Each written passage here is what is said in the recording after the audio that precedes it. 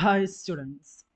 So നമ്മൾ discuss ചെയ്യാൻ പോകുന്നത് അനദർ യൂണിറ്റ് ആണ്.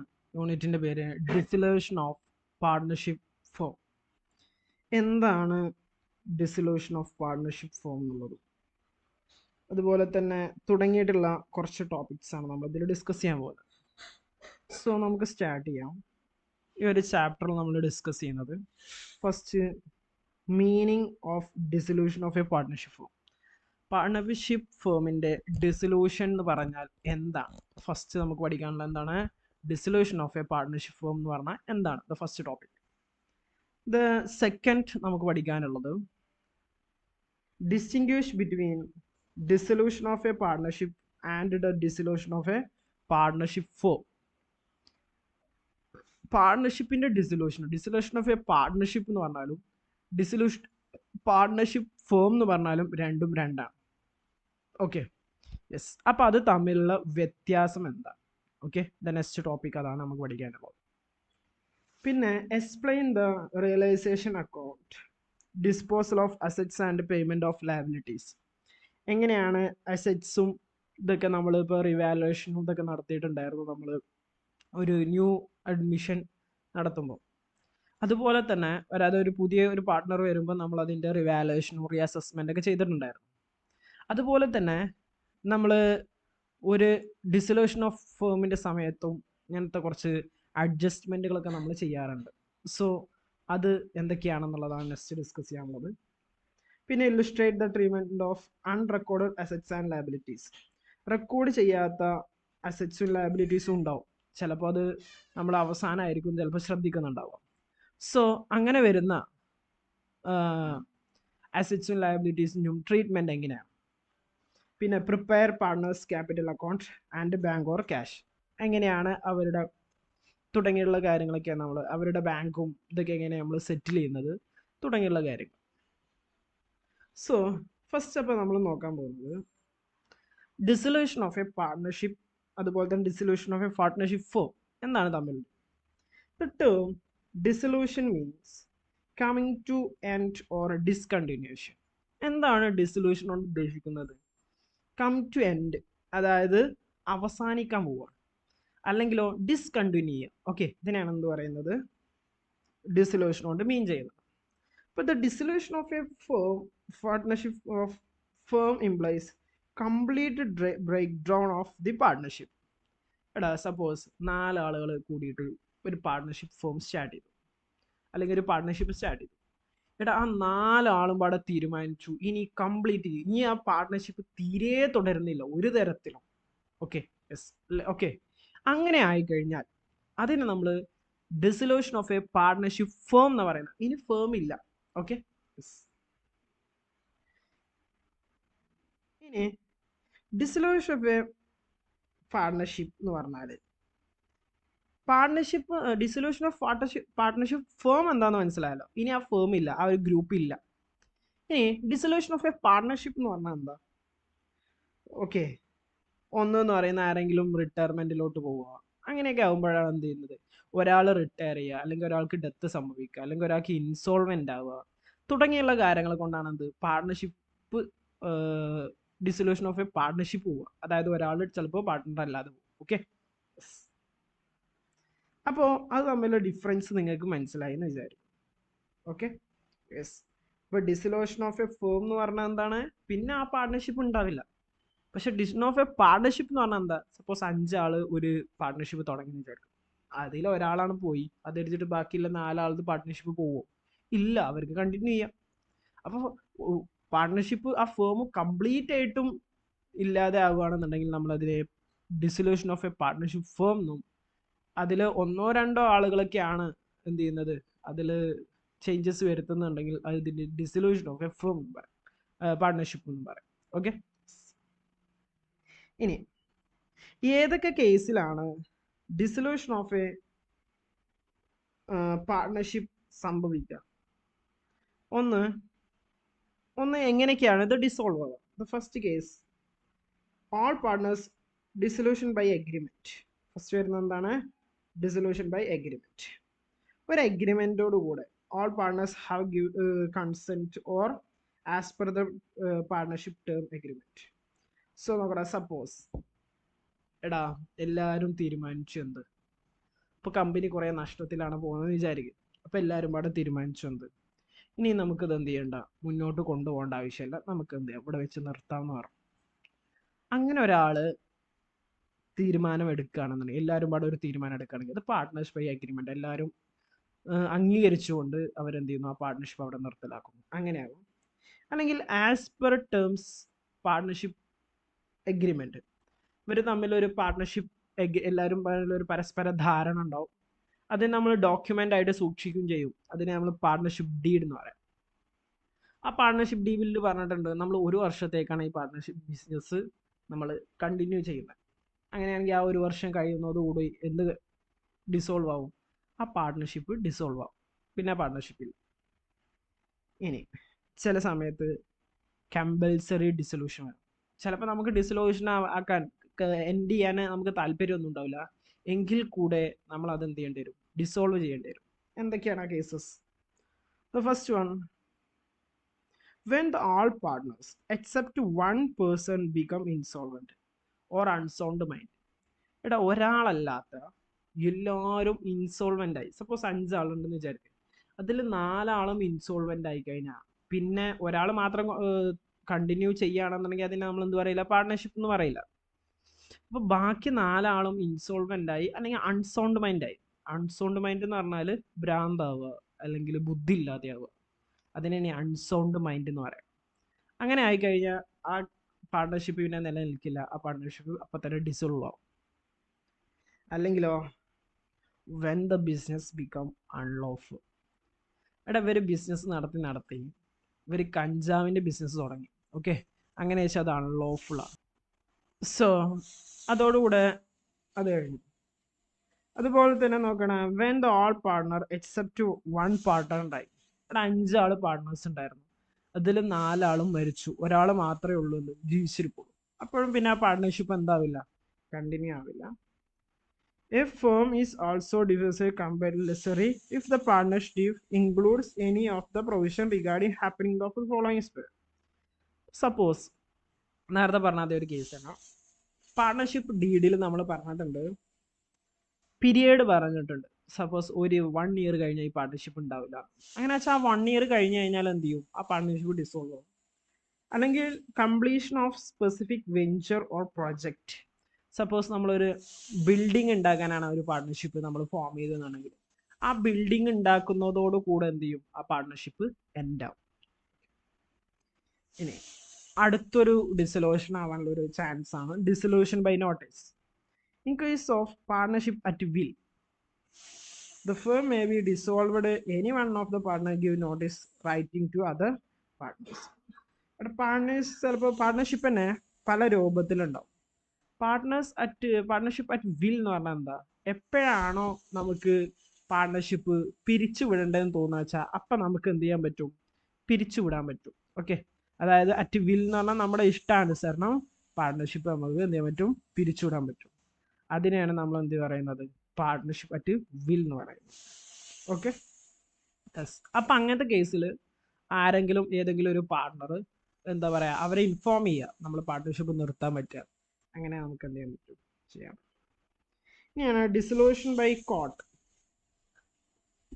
കോടതി ചിലപ്പോൾ ചില കേസസിൽ പാർട്ട്ണർഷിപ്പ് ഡിസോൾവ് ചെയ്യാനുള്ള സാഹചര്യം ഒരുക്കും. When the partners become unsound mind. ഞാൻ പറഞ്ഞു ബുദ്ധിക്ക് സ്ഥിരത ഇല്ലാതായി കഴിഞ്ഞാൽ പാർട്ട്നേഴ്സിന് അതെന്തായിട്ട് മാറും, അത് ഡിസോല്യൂഷനിലോട്ട് പോകും. When the partners become permanently incapable of performing his duties. ചിലപ്പോൾ പാർട്ട്നേഴ്സ് അവരുടെ ഡ്യൂട്ടി, ഓരോരുത്തർക്കും ഓരോ ഡ്യൂട്ടി ഏൽപ്പിച്ചിട്ടുണ്ടാവും പാർട്ട്ണർഷിപ്പ് ആകുമ്പോൾ. സോ ആ ഡ്യൂട്ടി അവർക്ക് പെർഫോം ചെയ്യാൻ പറ്റിയിട്ടില്ല എന്നുണ്ടെങ്കിൽ അത് എന്തായിട്ട് കൺസിഡർ ചെയ്യും, പാർട്ട്ണർഷിപ്പിൻ്റെ ഇതായിട്ടാണ്. When the partner deliberately or constantly commit breach of agreement. ഒരാൾ എന്ത് ചെയ്യണം, നമ്മളവിടെ കുറേ അഗ്രിമെന്റ്സ് ഒക്കെ ഉണ്ട്, ഒരാൾ കണ്ടിന്യൂസ് ആയിട്ട് ഈ കാര്യങ്ങൾ ബ്രേക്ക് ചെയ്തുകൊണ്ടിരിക്കണം, മനസ്സിലായോ? അങ്ങനെയാണെങ്കിൽ അതിനെ നമ്മൾ എന്ത് പറയും, അതും നമ്മുടെ ഫേമിൻ്റെ ഡിസൊല്യൂഷനിലോട്ട് പോകാൻ ചാൻസ് ഉണ്ട്. When A partner conduct is likely adversely affect the business of the firm. Okay. Partner എന്ത് ചെയ്യുമ്പോൾ പാർട്ണർ പല പല കാര്യങ്ങൾ ചെയ്യാണ് നമ്മുടെ ഫേമിനെ നെഗറ്റീവായിട്ട് അല്ലെങ്കിൽ ദോഷകരമായിട്ട് ബാധിക്കുന്ന രീതിയിൽ എന്തെങ്കിലും കാര്യങ്ങൾ ചെയ്യുകയാണെന്നുണ്ടെങ്കിൽ അതും എന്ത് ചെയ്യാം, ഡിസൊല്യൂഷൻ, ചിലപ്പോൾ ആ പാർട്ണറിനെ കോടതി എടുത്ത് പുറത്തിടാം. അപ്പം അങ്ങനത്തെ കാര്യങ്ങളും സംഭവിക്കാനുള്ള ചാൻസ്. പിന്നെ when a partner transfer his interest from to third party, ഇവിടെ വേറൊരു പാർട്ടിക്ക് എന്ത് ചെയ്തു അവരുടെ ഇൻട്രസ്റ്റ് എന്ന് പറയുമ്പോൾ അവരുടെ പ്രോഫിറ്റ് ഷെയറിങ് വേറൊരാൾക്ക് കൊടുക്കുകയാണെന്നുണ്ടെങ്കിൽ, when the court regard dissolution to be just equitable. Okay, ചിലപ്പോൾ ഇനി എന്താ പറയുക, കോർട്ടിന് തോന്നുകയാണ് അത് അൺലോഫുൾ ആണെന്ന്. അങ്ങനെയൊക്കെ തോന്നിക്കഴിഞ്ഞാൽ കോർട്ട് എന്തിനു വിധിക്കും, ഡിസൊല്യൂഷൻ ഓഫ്, ചിലപ്പോൾ പാർട്ട്ണർഷിപ്പ് വിധിക്കും, അല്ലെങ്കിൽ ഡിസൊല്യൂഷൻ ഓഫ് ദ പാർട്ട്ണർഷിപ്പ് ഫേമും വിധിക്കാം. അത് കോർട്ടിൻ്റെ ഇഷ്ടാനുസരണം ചെയ്യും.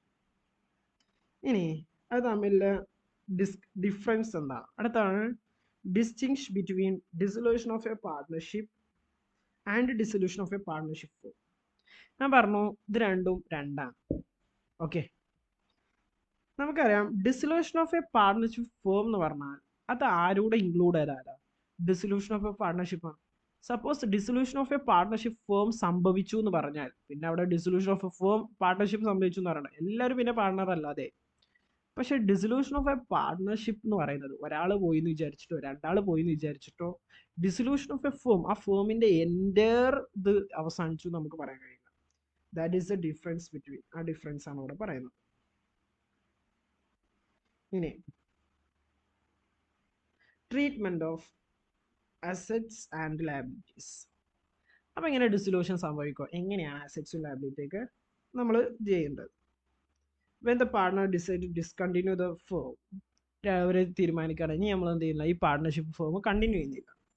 It is becoming necessary settle is account. അവരുടെ അക്കൗണ്ട്സ് ഒക്കെ സെറ്റിൽ ചെയ്യുക എന്ന് പറയുന്നത് ഇമ്പോർട്ടൻ്റ് ആണ്. ഇറ്റ് ഡിസ്പോസ് ഓൾ ഇറ്റ്സ് അസറ്റുകളൊക്കെ നമ്മൾ എന്ത് ചെയ്യും, തൂക്കി വിൽക്കും, ഡിസ്പോസ് ചെയ്യും. For satisfying claim against it, liabilities ഒക്കെ നമ്മൾ എന്ത് ചെയ്യണം, കൊടുത്ത് തീർക്കണം. അതിന് നമ്മളൊരു സെപ്പറേറ്റ് അക്കൗണ്ട് ഉണ്ടാകും, അതിനാണ് നമ്മൾ റിയലൈസേഷൻ അക്കൗണ്ട് എന്ന് പറയുന്നത്. Okay, yes. ഈ റിയലൈസേഷൻ അക്കൗണ്ട് എന്ന് പറയുന്നത് എന്താ പറയുക, ഒരു റിവാലുവേഷൻ അക്കൗണ്ട് നമ്മൾ പഠിച്ചിട്ടില്ലേ, അതേപോലൊക്കെ തന്നെ. അപ്പം നമ്മൾ എന്ത് ചെയ്യണം, ഇനി എല്ലാ അസറ്റ്സും നമ്മൾ കൊടുത്ത് ഒഴിവാക്കാൻ പോവുക, കമ്പനി നിർത്താൻ പോവുക. ഓക്കെ, ഇപ്പോൾ for transfer assets closed by transferring to realisation account. അപ്പോൾ നമ്മൾ അസറ്റ്സ് ഒക്കെ, ഇനി അസറ്റ് ഒന്നുമില്ല, എല്ലാം നമ്മൾ റിയലൈസേഷൻ അക്കൗണ്ട് അവിടെ വെച്ചിട്ടാണ് നമ്മൾ ഇതിൻ്റെ എന്ത് ചെയ്യുക, മറ്റു കാര്യങ്ങൾ, അതിന് എത്ര രൂപ കിട്ടും, കാര്യങ്ങളൊക്കെ നമ്മൾ ഈ അക്കൗണ്ടിൽ വെച്ചിട്ട് ചെയ്യുക. അപ്പോൾ റിയലൈസേഷൻ അക്കൗണ്ടിലേക്ക് ട്രാൻസ്ഫർ ചെയ്യണം. അതിൻ്റെ ഏത് ട്രാൻസ്ഫർ, അറ്റ് ഇറ്റ്സ് ബുക്ക് വാല്യൂയുടെ ട്രാൻസ്ഫർ ചെയ്ത് അതിൻ്റെ എൻട്രിയാണ് റിയലൈസേഷൻ അക്കൗണ്ട് ടു അസറ്റ്. കാരണം ഇവിടെ അസറ്റ് നോക്കട ക്രെഡിറ്റ് ചെയ്യുക ചെയ്തത്, കാരണം ഞാൻ അസറ്റ് ഇല്ല, റിയലൈസേഷൻ അക്കൗണ്ട് ഡെബിറ്റ് ചെയ്യുക. ഓക്കെ,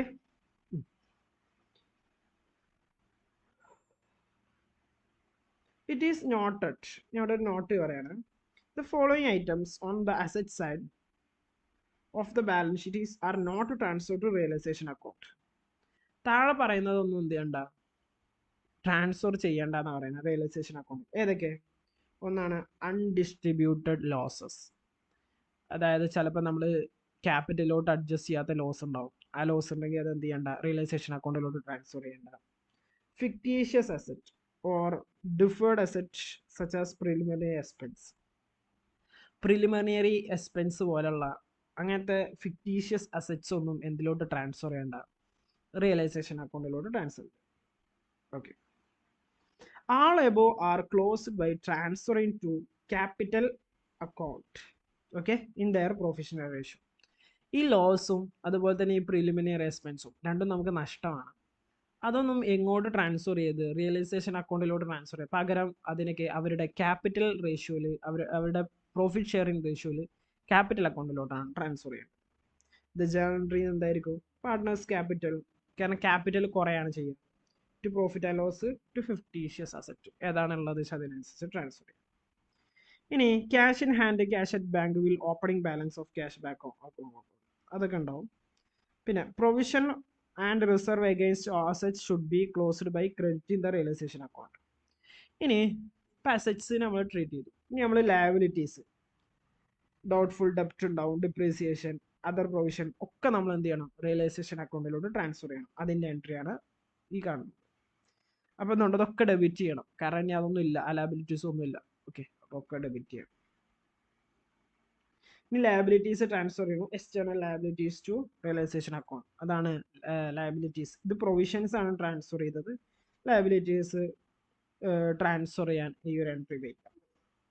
ഇനി അടുത്തതാണ് accumulated reserve and profit and loss. നമ്മൾ നേരത്തെ പറഞ്ഞു പ്രിലിമിനറി എക്സ്പെൻസ് അല്ലെങ്കിൽ ലോസ് നമ്മൾ ഏതിലോട്ട് ട്രാൻസ്ഫർ ചെയ്യണം, ക്യാപിറ്റലിലോട്ട് ട്രാൻസ്ഫർ ചെയ്യണം. അതുപോലെ തന്നെയാണ് ഈ റിസർവും പ്രോഫിറ്റും നമ്മൾ റിയലൈസേഷൻ അക്കൗണ്ടിലോട്ടല്ല കൊണ്ടുവരേണ്ടത്. അത് നമ്മൾ ക്യാപിറ്റൽ പാർട്ട്നേഴ്സിൻ്റെ ക്യാപിറ്റൽ ഏത് റേഷ്യോ, അവർ ഏത് ഇതിലാണ് അവർ പ്രോഫിറ്റ് ഷെയർ റേഷ്യോ എടുക്കുന്നത്, ആ റേഷ്യോയിൽ ട്രാൻസ്ഫർ ചെയ്യണം. ഇനി നമ്മൾ എന്ത് ചെയ്യുന്നു, അസറ്റ്സ് ഒക്കെ നമ്മൾ വിറ്റ് തുടങ്ങും അല്ലേ. അസറ്റ് വിൽക്കുമ്പോൾ നമ്മൾ എന്താ എൻട്രി എഴുതുക, bank account to realisation account. Okay, അതും റിയലൈസേഷനിലോട്ട് ഇതാക്കണം. For assets taken over by partner. ചിലപ്പോൾ പാർട്ട്നേഴ്സിന് ചിലപ്പോൾ അതിലിപ്പോൾ പാർട്ട്ണർഷിപ്പിൽ ഉള്ള ഏതെങ്കിലും അസറ്റിൽ അവർക്ക് താല്പര്യം ഉണ്ടാവും മേ ബി. അങ്ങനെ വെച്ചാൽ അതാരെങ്കിലും ഒരാൾ എടുക്കാൻ ചാൻസ് ഉണ്ട്. അപ്പോൾ നമ്മൾ അതിന് പറയും partnership capital account to realisation. കാരണം ക്യാപിറ്റൽ അത് കൊടുക്കുകയും ചെയ്യും, റിയലൈസേഷൻ എത്രയാണ് എഗ്രീഡ് പ്രൈസ്, എത്രയാണ് അവർ എഗ്രി ചെയ്ത ആ പ്രൈസ്. ഇനി അല്ലാന്നുണ്ടെങ്കിൽ settlement of loan to a partner, അങ്ങനെ അല്ലെങ്കിൽ ലോൺ ഉണ്ടെന്ന് വിചാരിച്ചു, പാർട്ട്നേഴ്സ് ഏതെങ്കിലും ലോൺ കൊണ്ടിട്ടുണ്ടെങ്കിൽ ആ ലോണ് കൊടുക്കാൻ വേണ്ടിയിട്ട് ഈ അസറ്റ് ഉപയോഗിക്കാം. അപ്പോഴും partnership capital account to partners loan. Okay, ഇനി settlement of loan given by partner. പാർട്ട്നേഴ്സിന്റെ ലോണ് തിരിച്ചു കൊടുക്കണം. അതെങ്ങനെ ഇത് ചെയ്യുക, partners loan account to bank, ഒന്നല്ലെങ്കിൽ ക്യാഷ് ഔട്ടോ ബാങ്ക് ആയിട്ടോ ആറ്റാം, അല്ലെങ്കിൽ ഈ ലോണ് ക്യാപിറ്റലോട്ട് ട്രാൻസ്ഫർ ചെയ്യാം. എന്നിട്ട് പിന്നെ ക്യാപിറ്റൽ ഫുൾ ആയിട്ട് സെറ്റിൽ ചെയ്യേണ്ടി വരും. പിന്നെ payment of liabilities in cash എന്ത് കൊടുക്കും, പിന്നെ നമ്മൾ ലയബിലിറ്റീസ് ഒക്കെ ക്യാഷ് ആയിട്ട് കൊടുക്കേണ്ടി വരും.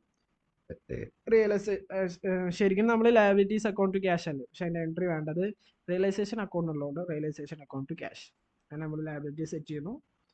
പിന്നെ ലയബിലിറ്റീസ് ഓഫ് ബൈ പാർട്ട്ണർ, ചിലപ്പോൾ പാർട്ട്ണർഷിപ്പിൽ പൈസ ഒന്നും ഉണ്ടാവില്ലടാ, അപ്പോൾ അത് ആര് സെറ്റിൽ ചെയ്യണം, ഏതെങ്കിലും പാർട്ട്ണർ സെറ്റിൽ ചെയ്യണം. അങ്ങനെ വെച്ചാൽ അതിൻ്റെ എൻട്രി എന്താ വരിക, realisation account to partners capital.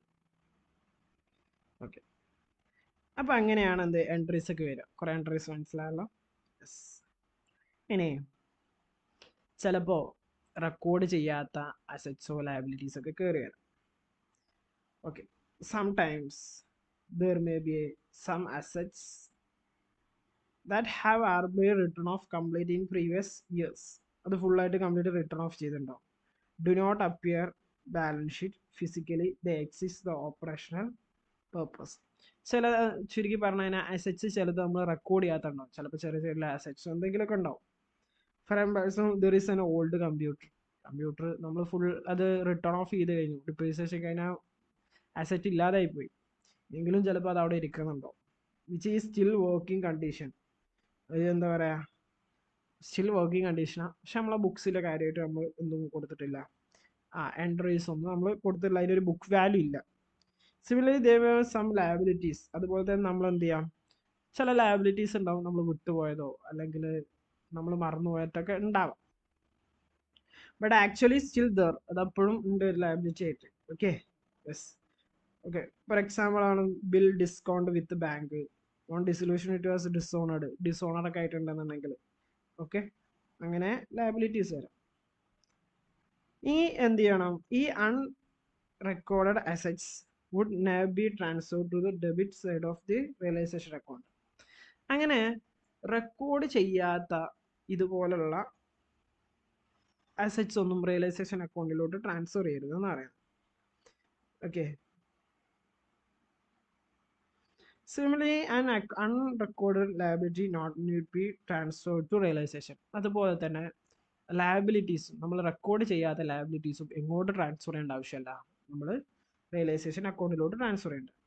Reason begins by payment and realisation is already debit actual payment. Okay, ഇനി when the amount realised when the sale of unrecorded asset.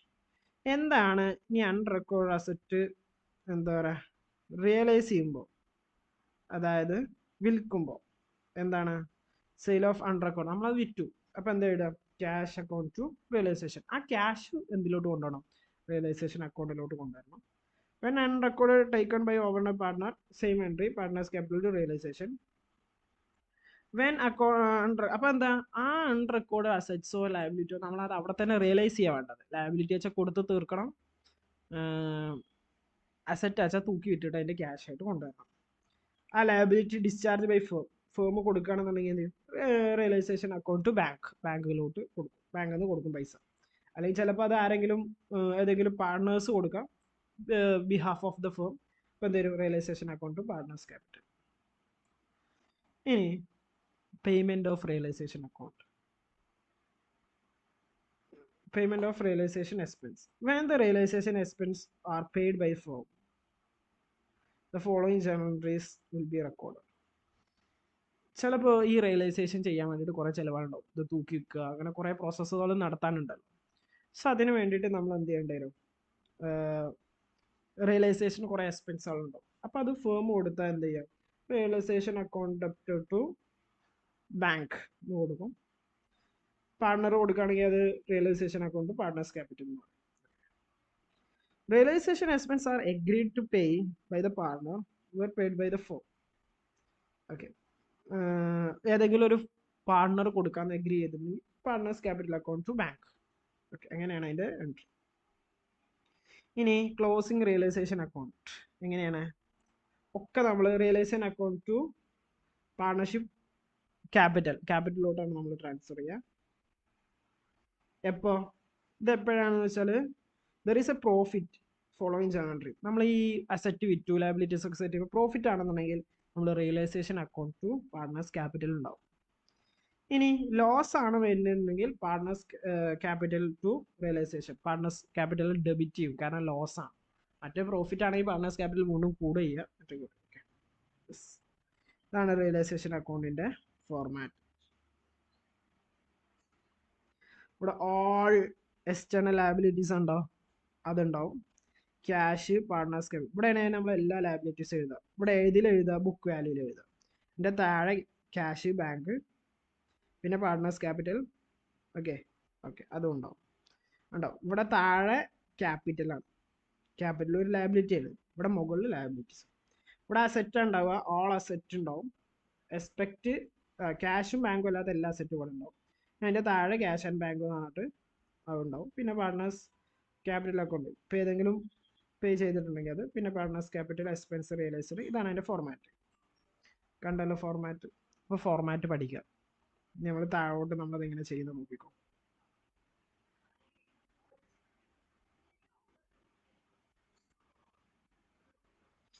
ഇനി partners capital account and cash at bank. After all these adjustments related to partners, ഇത്രയും നമ്മൾ നേരത്തെ പറഞ്ഞ കുറേ adjustment ഒക്കെ തരാം. Capital account transfer of profit ഒക്കെ നമ്മൾ എന്ത് ചെയ്തു, ട്രാൻസ്ഫർ ഒക്കെ ചെയ്തു. ഓക്കെ, അപ്പോൾ താഴെ പറയുന്നതിലാണ് ഇനി ക്യാപിറ്റൽ അക്കൗണ്ട്. ഇനി നമ്മൾ ക്യാപിറ്റലിലൂടെ സെറ്റ് ചെയ്യണം. ബാക്കിയൊക്കെ നമ്മൾ ക്യാപിറ്റലിലോട്ട് അഡ്ജസ്റ്റ് ചെയ്തു, ക്യാഷ് കൊടുക്കേണ്ട കൊടുത്തു, എല്ലാം ചെയ്തു. ഇനി എങ്ങനെയാണ് ക്യാപിറ്റൽ നമ്മൾ adjust? If a partners capital shows debit balance, ക്യാപിറ്റലിൽ ഡെബിറ്റ് ബാലൻസ് ആണ് വരുന്നതെങ്കിൽ the partners have to bring the necessary amount for cash. അയാൾ ആ ക്യാഷ് കൊണ്ടുവരേണ്ടി വരും. മനസ്സിലായോ? യെസ്, അതിൻ്റെ എൻട്രി ചെയ്ത് വരിക ബാങ്ക് അക്കൗണ്ട് പാർട്ട്നേഴ്സ് ക്യാപിറ്റൽ, അത്രയും കൊണ്ടുവരണം. കാരണം ഡെബിറ്റ് ബാലൻസ് ആണ് അയാൾ അത്രയും പൈസ ഇതിൽ നിന്ന് എടുത്തുക്കണം നടത്താം പാർട്ട്ണർഷിപ്പ്. ഇനി ചിലപ്പോൾ partnership have show credit balance ആണെങ്കിലോ എന്താണ്, ആ ക്യാഷ് അയാൾക്ക് തിരിച്ചു കൊടുക്കണം. അതിന് partners capital account to bank, അയാൾ ആ പൈസ തിരിച്ചു കൊടുക്കുന്നു. ഇനി preparation of cash or bank account. After closing all partners, എല്ലാവരും ക്ലോസ് ചെയ്തു. Capital accounts or bank account prepared all entries ഒക്കെ നമ്മൾ ചെയ്തു. ചില ആൾക്കാർ പാർട്ട്നേഴ്സ് പൈസ കൊണ്ടുവരണം ഒക്കെ ചെയ്തു. ആ ക്ലോസ്ഡ് മൈദ മേക്കിംഗ് തോന്നുന്നു. ഓക്കെ, അതുപോലെ തന്നെ ആ ബാങ്ക് അക്കൗണ്ട് ഒക്കെ എന്ത് ചെയ്യണം, ക്ലോസ് ചെയ്യണം. In this way, the accounts are stand closed. If the cash or bank does not show any balance, it implies that all accounts of dissolved by the firm have closed properly. അപ്പോൾ പിന്നെ അതിൽ ഒരു പൈസയും എവിടെയും കാണുന്നില്ല, എല്ലാം നമ്മൾ ക്യാപിറ്റലൊക്കെ കൊടുത്ത് തീർത്തപ്പോൾ ഇതിൽ പൈസ വരാൻ ചാൻസ് ഇല്ല.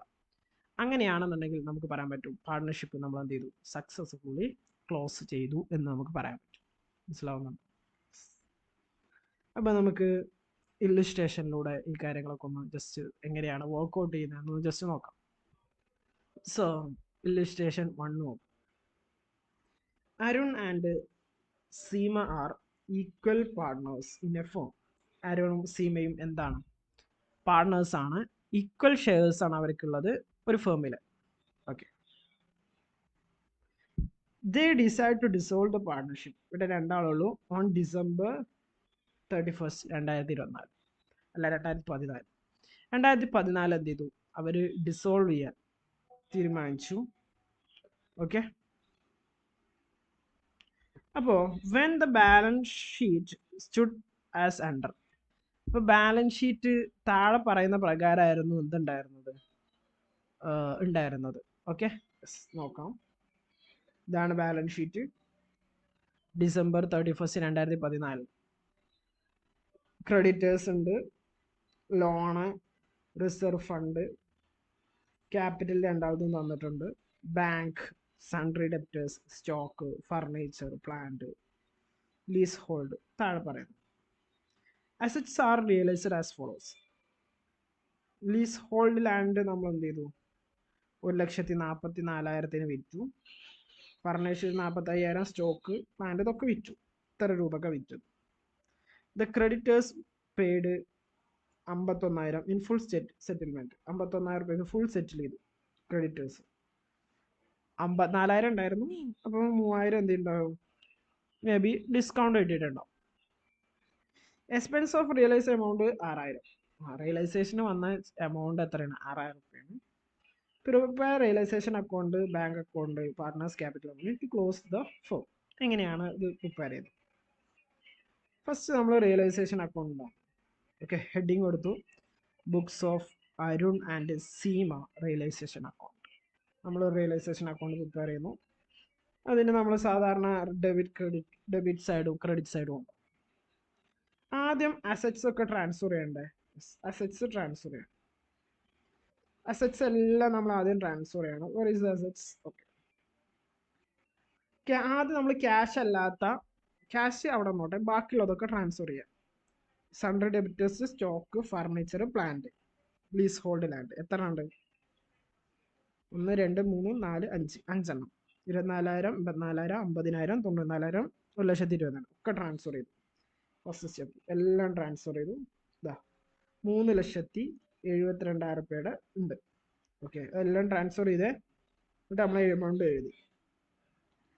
അടുത്ത ഇതെന്ന് പറയുന്നത് ബാങ്കാണ്. ഓക്കെ,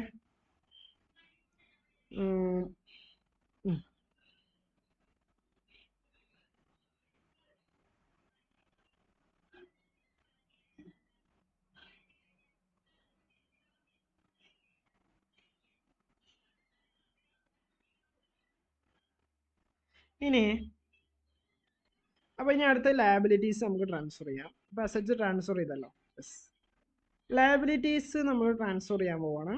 ഏത്? ഇതവിടെ നമ്മൾ സൺട്രി ക്രെഡിറ്റേഴ്സ് നമ്മൾ ട്രാൻസ്ഫർ ചെയ്യാണ്. റിയലൈസേഷനിലോട്ട് പോയി. റിസർവ് ഫണ്ട് അത് നമ്മൾ ട്രാൻസ്ഫർ ചെയ്യണ്ട. റിസർവ് ഫണ്ട് നമ്മൾ എങ്ങോട്ട് കൊണ്ടുപോകുന്നറിയോ? ക്യാപിറ്റലോട്ട് ട്രാൻസ്ഫർ ചെയ്യുക. അവരുടെ ഇതിൻ്റെ ബേസിൽ അവരുടെ പ്രോഫിറ്റ് ഷെയർ റേഷ്യോ. അപ്പോൾ അത് അവിടെ നിൽക്കട്ടെ. പിന്നെ ലോണ് 80,000 അത് ട്രാൻസ്ഫർ ചെയ്യണം. അപ്പോൾ അത് ട്രാൻസ്ഫർ ചെയ്തു. എങ്ങോട്ട് കൊണ്ടുപോയി? അങ്ങോട്ട് കൊണ്ടുപോയി. അപ്പോൾ അത് അവിടെ 54,000, 80,000. ഓക്കെ, അതവിടെ നിൽക്കട്ടെ. ഇനി അപ്പോൾ ഇപ്പം എന്തൊക്കെയാണ് നമ്മൾ എഴുതിയത്? ഇവിടെ നമ്മൾ 2 ക്രെഡിറ്റ് സൈഡിൽ ലയബിലിറ്റീസ് എഴുതി. ഇത് ബുക്ക് വാല്യൂയിലിട്ടാണ്. ഇവിടെ നമ്മൾ എന്ത് ചെയ്തു? അസറ്റ്സും എഴുതി. ഓക്കെ, ഇനി ഇത് നമ്മൾ റിയലൈസേഷൻ ചെയ്യാൻ പോവാം. ഇനി നമ്മൾ റിയലൈസേഷൻ ചെയ്യണം. അതായത് ആദ്യം നമുക്ക് ഏതെടുക്കാം? ലയബിലിറ്റീസ് എടുക്കാം. ലയബിലിറ്റീസ് നമ്മൾ എന്തൊക്കെ സെറ്റിൽ ചെയ്യണം? ക്രെഡിറ്റേഴ്സിന് 54,000 കൊടുക്കണം, ലോണിന് 80,000 കൊടുക്കണം. ഓക്കെ, കൊടുക്കണ്ടേ? യെസ്. അപ്പോൾ നോക്കടാ 51,000 കൊടുത്തുള്ളൂ ഈ 54,000 ഉണ്ടെന്നുണ്ടെങ്കിൽ. അപ്പോൾ അത് എത്ര 51,000 കൊടുത്തിട്ടുള്ളൂ. കാരണം അവർ പറഞ്ഞിട്ടുണ്ടാവും അത് മതി 3,000 രൂപ ഡിസ്കൗണ്ട് കൊടുത്തിട്ടുണ്ടാവും. 80,000 ലോണ് 80,000 തന്നെ കൊടുത്തിട്ടുണ്ടാവും. കാരണം അതിൽ ഡിസ്കൗണ്ട് കിട്ടിയതൊന്നും പറഞ്ഞില്ല. പിന്നെ 6,000 രൂപ ഇതുണ്ട്. ഇതും നമ്മുടെ ലയബിലിറ്റി. സോ അത് നമ്മൾ റിയലൈസ് ചെയ്യുക. അപ്പം നമ്മൾ നോക്കണം ബുക്ക് വാല്യൂവിൽ ഏത് സൈഡിലാണ് നമ്മൾ എഴുതി, ക്രെഡിറ്റ് സൈഡിൽ എഴുതി. നമ്മളത് റിയലൈസ് ചെയ്യുമ്പോൾ ചെയ്യേണ്ടത് ഡെബിറ്റ് സൈഡിലാണ്. ഇവിടെ 51,000 ക്രെഡിറ്റേഴ്സ്, ലോൺ 50,000, റിയലൈസേഷൻ 1,37,000. ഓക്കെ, ഇതുണ്ടോ, ഇതും ഇവിടെയും നോക്കണ ലയബിലിറ്റീസ് ഉണ്ട്, ഇവിടെയും ലയബിലിറ്റീസ് ഉണ്ട്. പക്ഷെ ഈ ലയബിലിറ്റീസ് എന്താ റിയലൈസ് ചെയ്യണം. നമ്മൾ കൊടുത്ത് ഒഴിവാക്കുമ്പോഴാണ് എന്താ പറയുക ലയബിലിറ്റീസ് ഡെബിറ്റ് സൈഡിൽ എഴുതേണ്ടത്. നമ്മൾ ബുക്ക് വാല്യൂവിൽ എവിടെ എഴുതേണ്ടത്, ക്രെഡിറ്റ് സൈഡിൽ. അസറ്റും നേരെ ഓപ്പോസിറ്റാണ്, 1,37,000. ഇനി അസറ്റുകൾ നമ്മൾ റിയലൈസ് ചെയ്യുന്നു. അവിടെ എത്ര അസറ്റുകൾ ഇവിടെ എഴുതിയിട്ടുണ്ടായിരുന്നു, എത്ര ഇതൊക്കെ അസറ്റ്, അത് നമ്മൾ റിയലൈസ് ചെയ്യുന്നു. റിയലൈസ് ചെയ്ത എമൗണ്ട് നമ്മൾ എഴുതുന്നത്. ലീസ് ഹോൾഡ് 1,20,000 രൂപ നമ്മളെ ബുക്ക് വാല്യൂ ഉള്ളൂ, പക്ഷെ വിറ്റത് 1,44,000. അപ്പോൾ റിയലൈസ് ചെയ്തത് ഇവിടെ എഴുതി. 1,44,000 ഇവിടെ ഉണ്ട്. അതേപോലെ സൺട്രി ഡെപ്റ്റേഴ്സ് 21,000 കിട്ടിയുള്ളൂ. എത്ര ഉണ്ടായിരുന്നു, 24,000 ഉണ്ടായിരുന്നു, പക്ഷെ 21,000 കിട്ടിയുള്ളൂ. അപ്പോൾ 221,000 എഴുതി. പ്ലാന്റ് 96,000, 94,000 സാധനം ബുക്ക് വാല്യൂവിൽ ഉണ്ടായിരുന്നു, പക്ഷെ അത് 96,000 രൂപയ്ക്ക് വിറ്റു. ആൾക്കാർ ഏത് പ്രൈസിന് മേടിക്കാൻ പറയാൻ പറ്റില്ല. സ്റ്റോക്ക് നമ്മളടുത്ത് 84,000 വാല്യൂ ഉണ്ടായിരുന്നു, പക്ഷെ വിറ്റ് വന്നപ്പോൾ അത് 81,000 ആയി. ഒരു 3,000 രൂപ നഷ്ടം സംഭവിച്ചു. ഫർണിച്ചർ 50,000 ഉണ്ടായിരുന്നു, വിറ്റപ്പം 44,000 ആയി. അതും റിയലൈസ് ചെയ്ത് ഇവിടെ എഴുതി. അപ്പോൾ ഉണ്ടോ അസറ്റ് ബുക്ക് വാല്യൂവിൽ നമ്മൾ എഴുതിയത് ഡെബിറ്റ് സൈഡിലാണ്, പക്ഷെ അത് റിയലൈസ് ചെയ്തപ്പോൾ ഏത് സൈഡിൽ എഴുതി, ക്രെഡിറ്റ് സൈഡിലാണ്. ഓക്കെ, എന്നിട്ട് നമ്മൾ എന്ത് ചെയ്യുന്നു, ഫുൾ എന്ത് ചെയ്യുന്നു, ആഡ് ചെയ്യുന്നു ഡെബിറ്റ് സൈഡ്. അപ്പം നമുക്ക് എത്ര കിട്ടിയെന്നറിയോ, 5,21,000 കിട്ടി. അപ്പോൾ ഇവിടെ കുറച്ച് കമ്മി ഉണ്ടായിരുന്നു. ആ ബാലൻസിങ് എമൗണ്ട് ആണ് എന്ത്, ഈ 12,000. അതായത് ഇവിടെ അത്രയും വന്നിട്ടുണ്ടാവില്ല. നമ്മൾ എങ്ങനെ ബാലൻസ് ചെയ്യാന്ന് നിങ്ങൾക്ക് പഠിച്ചിട്ടുണ്ടാവും. ക്രെഡിറ്റ് സൈഡ് എല്ലാം കൂട്ടി 5,11,000. അപ്പോൾ ഈ എമൗണ്ട് അല്ല, ഈ 12,000 അല്ലാത്ത എല്ലാം ആഡ് ചെയ്തപ്പോൾ നിങ്ങൾക്ക് എത്ര കിട്ടിയിട്ടുണ്ടാവും എന്നറിയോ,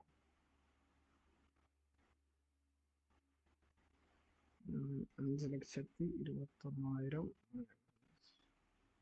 നിങ്ങൾക്ക് ഇതെല്ലാം ഈ ഡെബിറ്റ് സൈഡിൽ 5,09,000 വന്നിട്ടുണ്ടാവും.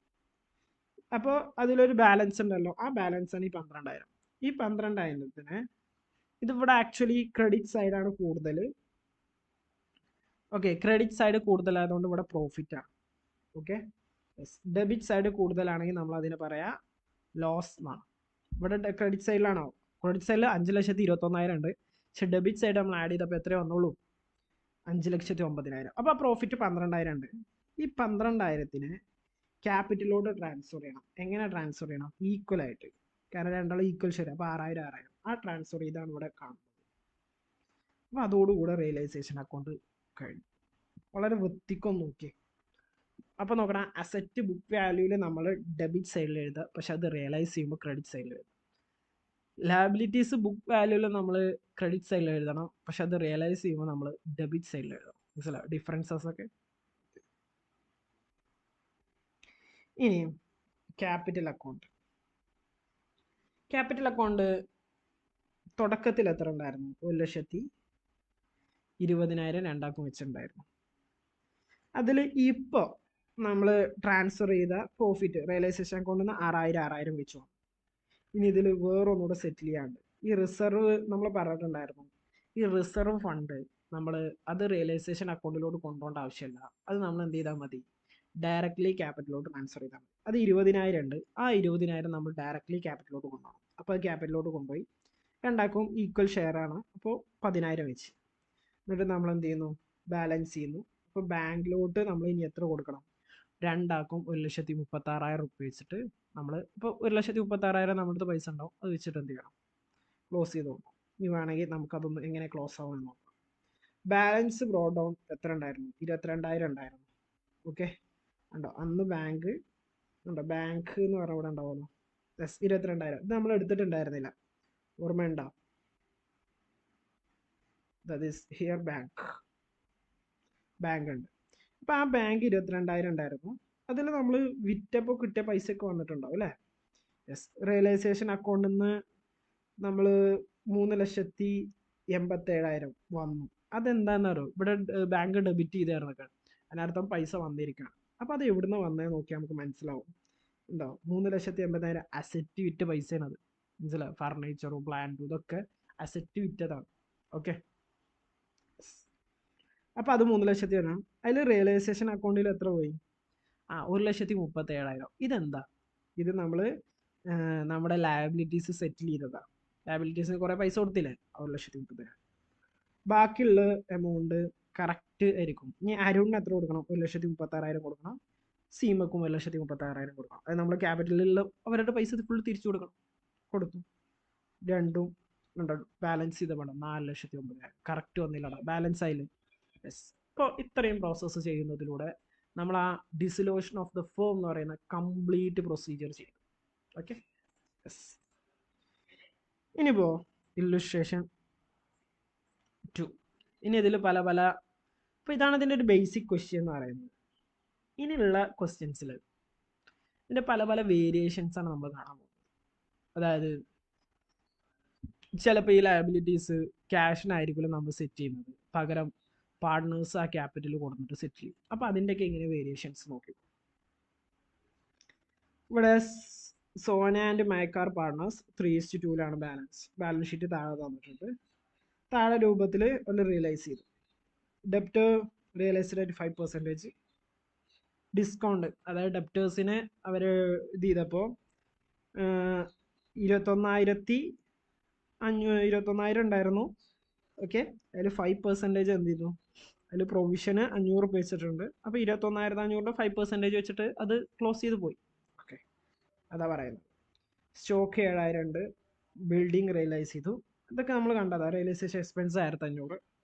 Creditors bill paper paid full, എല്ലാ പൈസയും കൊടുത്തു. സോ നമ്മുടെ നേരത്തെ പോലെ തന്നെ ലയബിലിറ്റീസ് എഴുതി. ഓക്കെ. അസറ്റും ട്രാൻസ്ഫർ ചെയ്തു.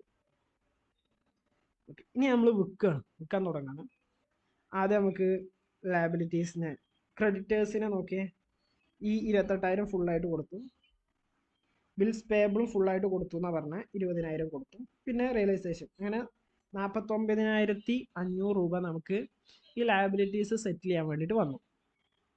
ഇനി അസറ്റ്സ് വിൽക്കുകയാണ്. അസറ്റ് വിൽക്കുമ്പോൾ സ്റ്റോക്ക് 7,000 രൂപയ്ക്ക് വിറ്റുള്ളൂ. 7,500 രൂപേൻ്റെ സ്റ്റോക്ക് ഉണ്ട്, പക്ഷെ അത് 7,000 രൂപയ്ക്ക് വിറ്റ്. 7,000 രൂപയ്ക്ക് വിറ്റു. ഡെപ്റ്റേഴ്സിൻ്റെ കുറച്ച് കാൽക്കുലേഷൻ അങ്ങനെ ചെയ്യേണ്ടതാണ്. ഇത് ചെയ്തിട്ടുണ്ടോ? ഇല്ല. ഡെപ്റ്റേഴ്സ് ഞാൻ പറഞ്ഞു, ഈ 21,500 നമുക്ക് കിട്ടിയിട്ടില്ല. ഈ 21,500ൻ്റെ 5% നമ്മൾ ഡിസ്കൗണ്ട് കൊടുത്തു എന്നാണ് പറഞ്ഞത്.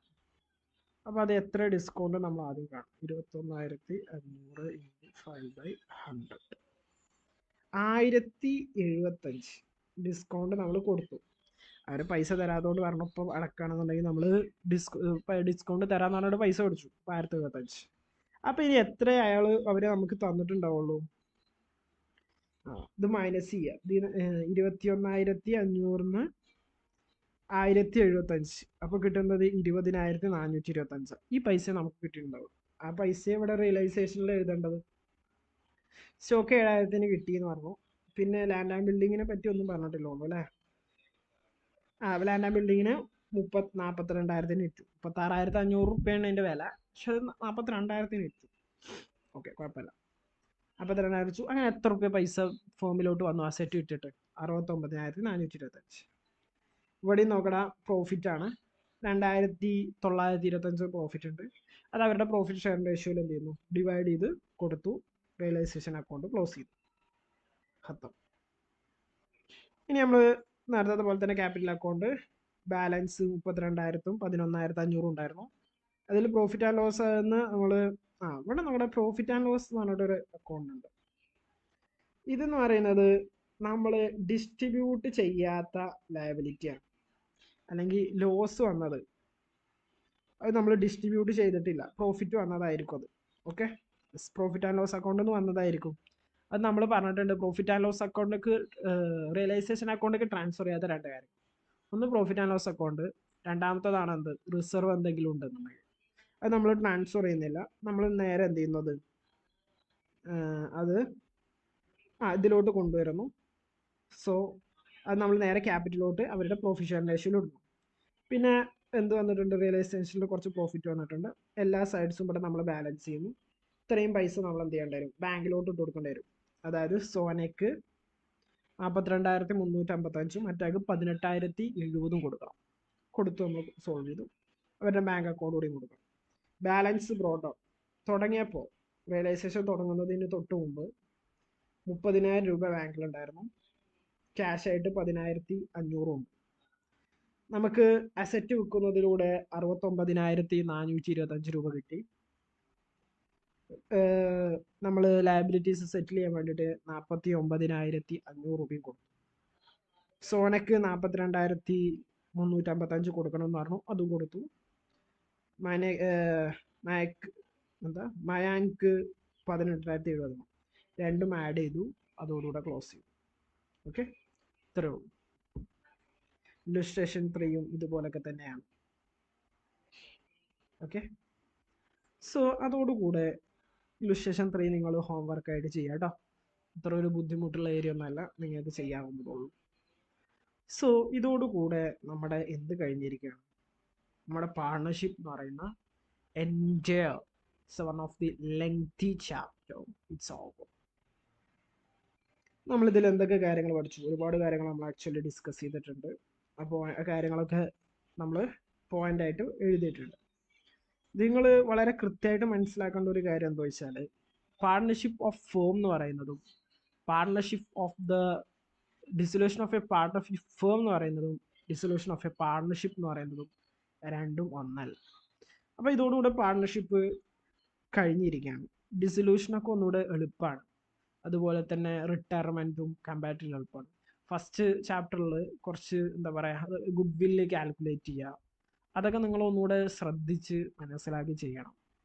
ഓക്കെ, പാർട്ട്നേഴ്സ് മറ്റ് ചാപ്റ്റേഴ്സൊക്കെ ആയിട്ട് കമ്പയർ ചെയ്യുമ്പോൾ ലിറ്റിൽ മോർ ഡിഫിക്കൽട്ടാണ്. സോ ആ കാര്യങ്ങളൊക്കെ നിങ്ങൾ ശ്രദ്ധിച്ച് ചെയ്യുമെന്ന് ഞാൻ വിശ്വസിക്കാം. ഓക്കെ, അപ്പോൾ നിങ്ങൾക്ക് ഇതിൽ എന്തെങ്കിലും ഡൗട്ട്സ് ഉണ്ടെന്നുണ്ടെങ്കിൽ കാണുന്ന നമ്പറിൽ നിങ്ങൾക്ക് കോൺടാക്ട് ചെയ്യാവുന്നതാണ്. സോ അതോടുകൂടെ നമ്മൾ ഇവിടെ പാർട്ണർഷിപ്പ് വൈൻഡ് അപ്പ് ചെയ്യാൻ പോവാം. ഓക്കെ, യെസ്, ആക്ച്വലി നമ്മൾ പാർട്ണർഷിപ്പിൽ എനിക്ക് തോന്നുന്നു 4 ചാപ്റ്റേഴ്സ് നമ്മൾ ഡിസ്കസ് ചെയ്തേ. മേ ബി അത് കൂടെ ഉണ്ടാവും.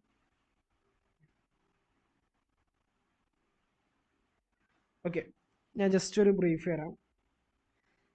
നമ്മൾ പാർട്ണർഷിപ്പിൽ 4 ചാപ്റ്റർ ഡിസ്കസ് ചെയ്ത് അതിൽ പാർട്ണർഷിപ്പ് ആൻഡ് ഇൻട്രൊഡക്ഷൻ എന്ന് പറയുന്നത് മാത്രമാണ് TMAക്ക് ഉള്ളത്. നിങ്ങളിത് മറന്നിട്ടില്ല എന്ന് വിചാരിക്കുന്നു. 2 കാര്യങ്ങൾ നിങ്ങൾ എപ്പോഴും ഓർമ്മയിൽ വേണം. ഒന്നെന്ന് പറയുന്നത് ഈ ഒരു ഷീറ്റ്, ഇതിൽ ഏതൊക്കെയാണ് TMA സെക്ഷൻ. തുടക്കത്തിലുള്ള ഒരുപാട് ചാപ്റ്റേഴ്സ് TMA പോർഷനാണ്. പക്ഷെ ആ തുടക്കത്തിൽ എന്ന് പറയുന്നത് ആ ബേസിക്സ് ആയിട്ടുള്ള കാര്യങ്ങളായതുകൊണ്ട് നമുക്കത് സ്കിപ്പ് ചെയ്യാനും പറ്റില്ല. സോ നമ്മളത് എടുത്തിട്ടുണ്ട്. പിന്നെ ബാക്കി താഴോട്ട് വരും തോറും അതിൽ എന്താ പറയുക, പബ്ലിക് എക്സാമിനേഷൻ ഉള്ളത് കൂടുന്നുണ്ട്. പിന്നെ അതിൽ നോക്കട ആറാമത്തെ ചാപ്റ്ററിൽ ഏതെങ്കിലും ഒരെണ്ണം പഠിച്ചാൽ മതി. നിങ്ങൾക്ക് ഏതാണോ കൺവീനിയൻസ് അത് പഠിക്കുക. ഓക്കെ, സോ ഇതാണ് നമ്മുടെ ഒരു ഓവറോൾ വ്യൂ എന്ന് പറയുന്നത്. അപ്പോൾ ഇൻട്രൊഡക്ഷൻ അല്ലാത്ത അഡ്മിഷൻ ഓഫ് പാർട്ണർ, അതാണ് കുറച്ച് വലിയ ചാപ്റ്റർ. റിട്ടയർമെൻറ്റും ഡിസൊല്യൂഷൻ ഓഫ് എ ഫോമും കമ്പാരിറ്റീവ്ലി സിമ്പിളാണ്. Okay, yes. അപ്പോൾ ഇതോടുകൂടെ നമ്മുടെ ഏതൊരു ഏരിയ കഴിയാണ്, നമ്മുടെ പാർട്ണർഷിപ്പ് എന്ന് പറയുന്നത് കഴിയാണ്. ഓക്കെ, അപ്പോൾ ബാക്കിയുള്ള കാര്യങ്ങൾ നമുക്ക് എന്ത് ചെയ്യാം, വഴിയെ ഡിസ്കസ് ചെയ്യാം. ഓക്കെ, അപ്പോൾ all the best, bye bye.